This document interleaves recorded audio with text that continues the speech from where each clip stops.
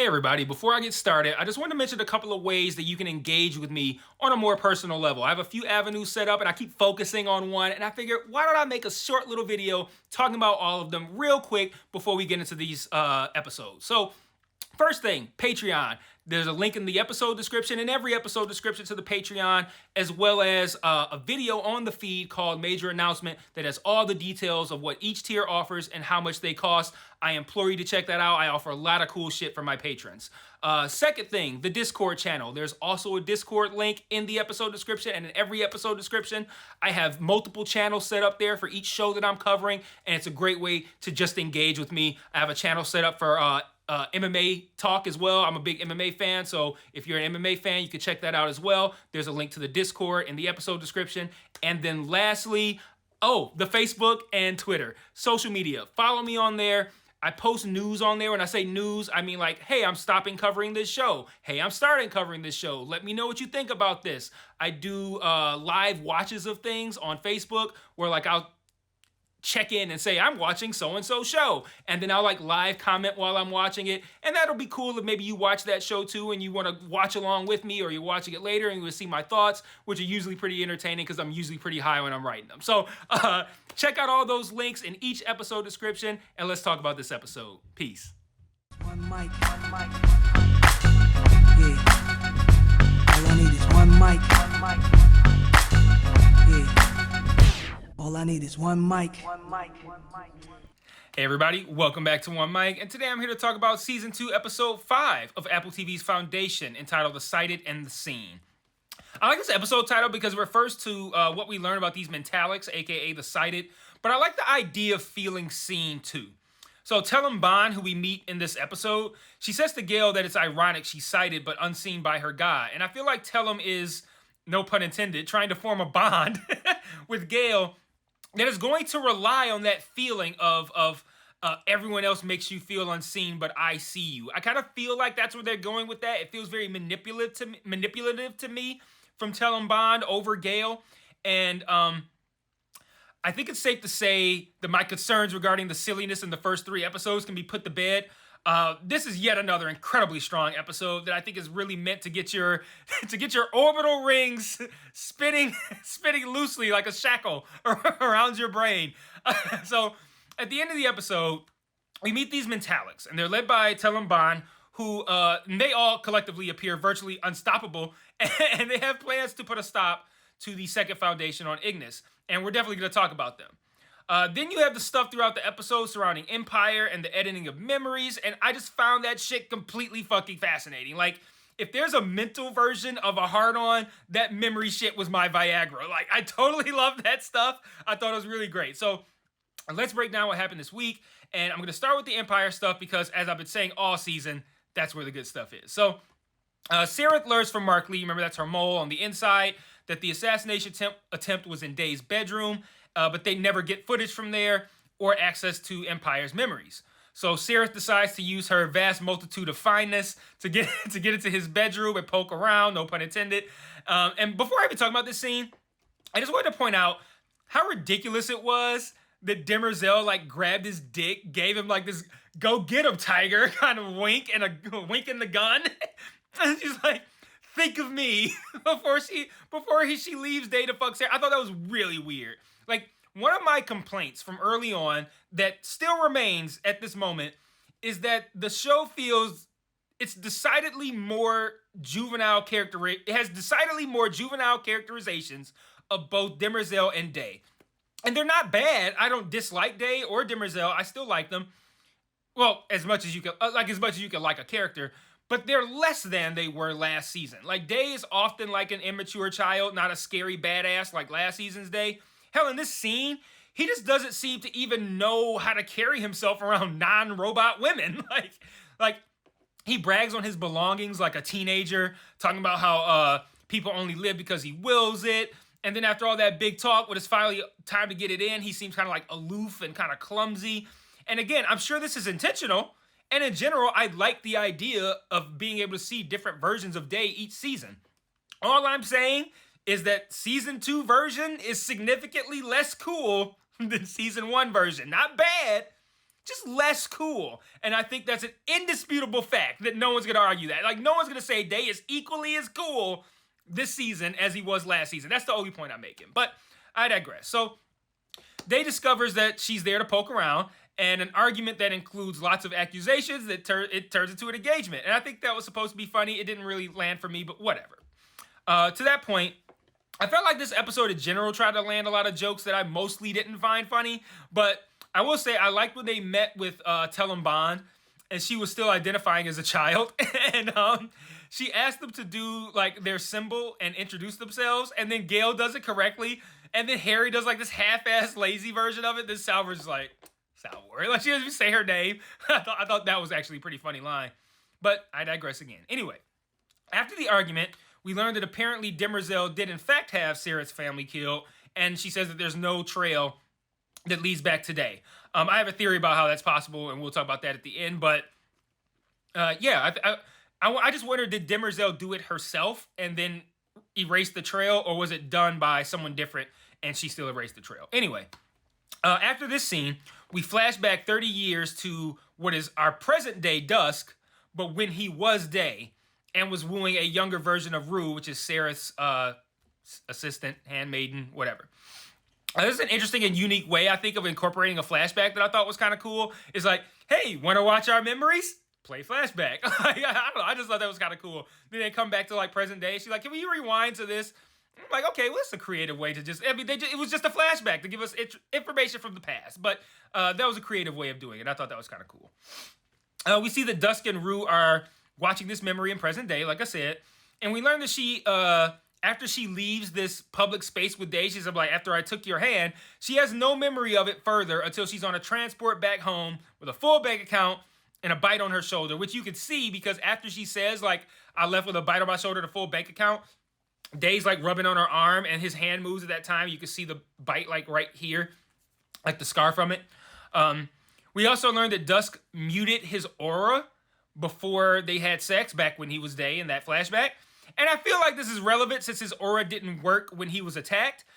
This suggests to me, and I could be wrong, obviously, that Rue might be involved in the assassination attempt in some way because she would know, that's the point of the flashbacks, she would know that he wears his aura when he fucks, so she would know it would need to be disabled, and she would know that he muted it at the time that they had sex, which if she was planning the assassination attempt, and she did plan on it happening in his bedroom, she wouldn't know necessarily that he would mute it. She didn't even know that Demerzel would be in there. So, yeah, she could have planned on having it disabled. So Dusk says that he would think an absent memory would feel like a cotton ball in your mind. And Rue says that she doesn't feel that anything's missing at all. And she then asks him about editing his own memories to kind of remove regrets and stuff like that. And he says his memories are stored in this place called the Memoriam, along with his memory audits, which we learned about last week. In episode 1, I should say. So Rue says he's lucky to be able to trust his own memories, which of course, after learning that you can't tell if you have missing memories, a statement like that is going to make you no longer trust your own memories. Which again, I think that's cool too. I really thought they did a great job with that stuff. He finds out that Day and only Day has the ability to alter both his own memories and the memories of Dusk and Dawn. And Demerzel tells him that her memory is unaltered, and if they had done some shady shit, she totally would tell him. And then we also learned that they used to all equally have that power, but that was changed once Day became suspicious that they were involved in the assassination attempt. So let's see. He finds out that... Demerzel. So she says that she does what's best for Empire and not what's best for Day. But who's to say that not telling him something isn't what she perceives as what is best for Empire? So, like, I don't know. I just don't buy anything Demerzel says in this scene. Like, maybe she orchestrated the hit on Day and somehow used Dawn and Dusk to fuck with his aura, and then she erased their memories of that. Like, I feel like she would have that ability. My only holdup would be, that's one hell of a commitment to the plan that you are willing to at least temporarily lose half of your head to pull it off. But her and Rue could be working together. I could see how a removal of Day would be beneficial to the both of them. But Dusk and Dawn then go and they ask the OG Cleon, this ghost Cleon, for advice. And this guy, his answer, he seems like he's working, like Day's working, like, mess with him too.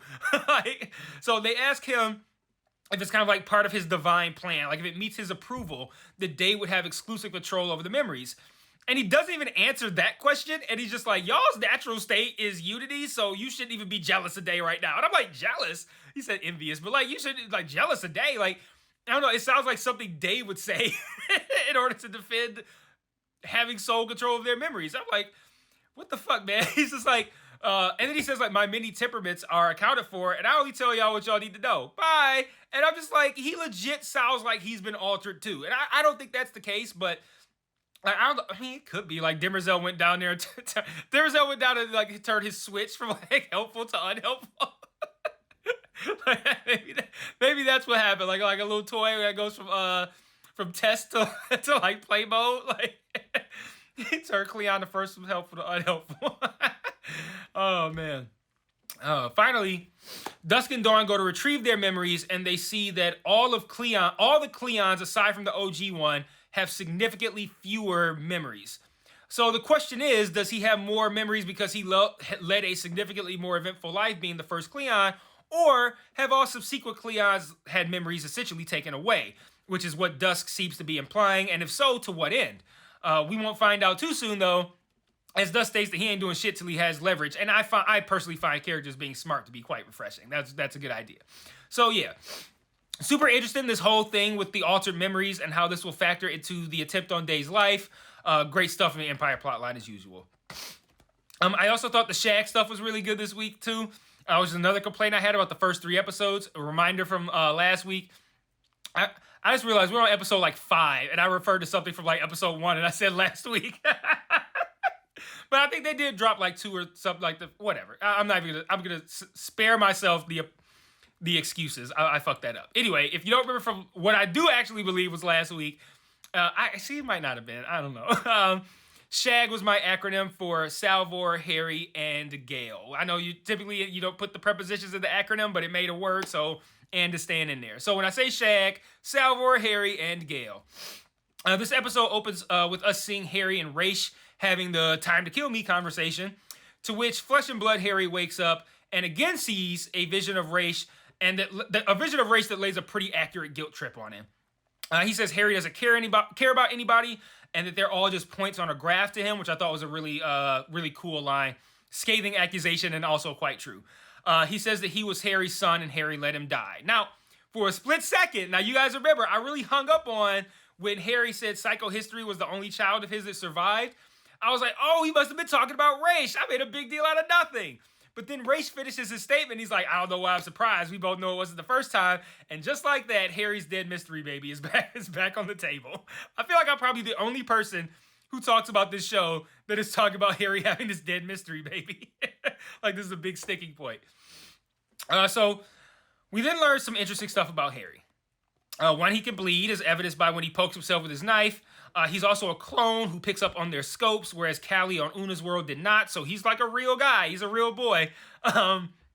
They crash on Ignis, and Salvor immediately seeks out someone who she saw watching them.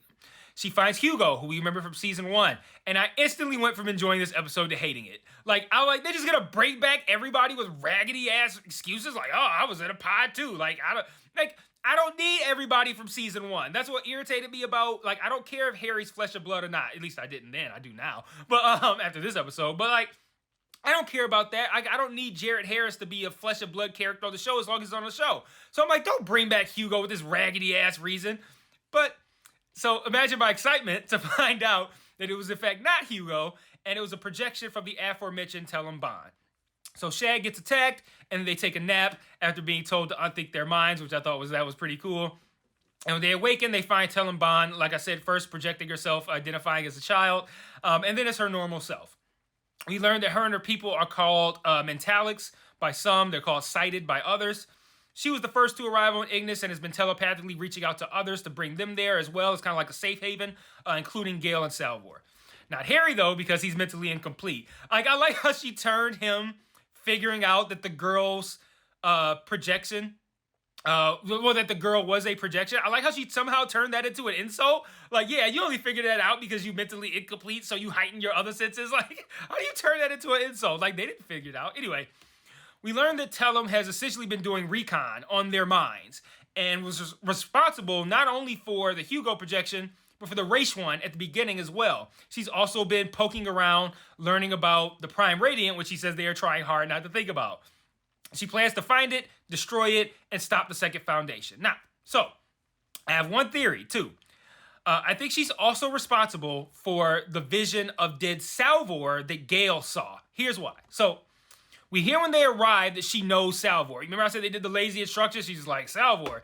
And then like Telling Bond says like her whole name. Salvor, I forget her name, from so-and-so. Whatever. It's like a Game of Thrones introduction, right?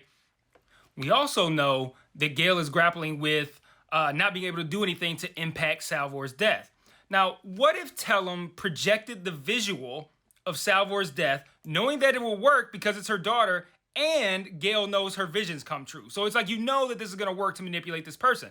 Maybe she's trying to ultimately get Gale to work/help on her behalf to stop the Second Foundation. Like, maybe there'll be some point where Gale has to choose between the Second Foundation and saving Salvor, and she lets the Second Foundation die in order to save Salvor, only to learn that her vision was fake and that her actions had just helped Tellum stop the Second Foundation. Like, remember when Salvor said to Harry, she said, someone wanted, I guess I have the quote. Someone wanted you flesh and blood again, and after all that trouble you went to turning yourself into an idea. A flesh and blood person can be killed. Like, how did Harry end up flesh and blood, right? Following an image of someone he trusted. What if Telum Bond's projections prompted him to take the actions that made him flesh and blood? Maybe he didn't see anyone at all. If she can kill off a flesh and blood Harry that's seen as a god to so many people, and get Gale to sacrifice the Second Foundation because she thinks it'll save Salvor, sounds like a pretty good plan to me. So yeah, lots of really compelling shit going on right now. I'm excited to see where it goes. That's my theory. I thought this was another great episode. I'm really pumped for the way this is going now. Like I said, my only complaint in those first 3 episodes was the Harry Potter type shit, the absence of Empire for a time in place of that. But right now, I'm in now. We're going good. So one quick thought before I wrap this one up. When Day kisses Rue in the flashback/memory, he asks how she's so tasty, and she says she eats a lot of salt, so she's pre-seasoned. And I don't know who wrote that line, but I don't think that fits in with the tone of the show. That felt like a network TV joke or something like that. I wasn't feeling it. It's funny, but like in a bad way. I don't know. But that's all I got. I will see you guys what is now later this week for episode 6. And until then, peace.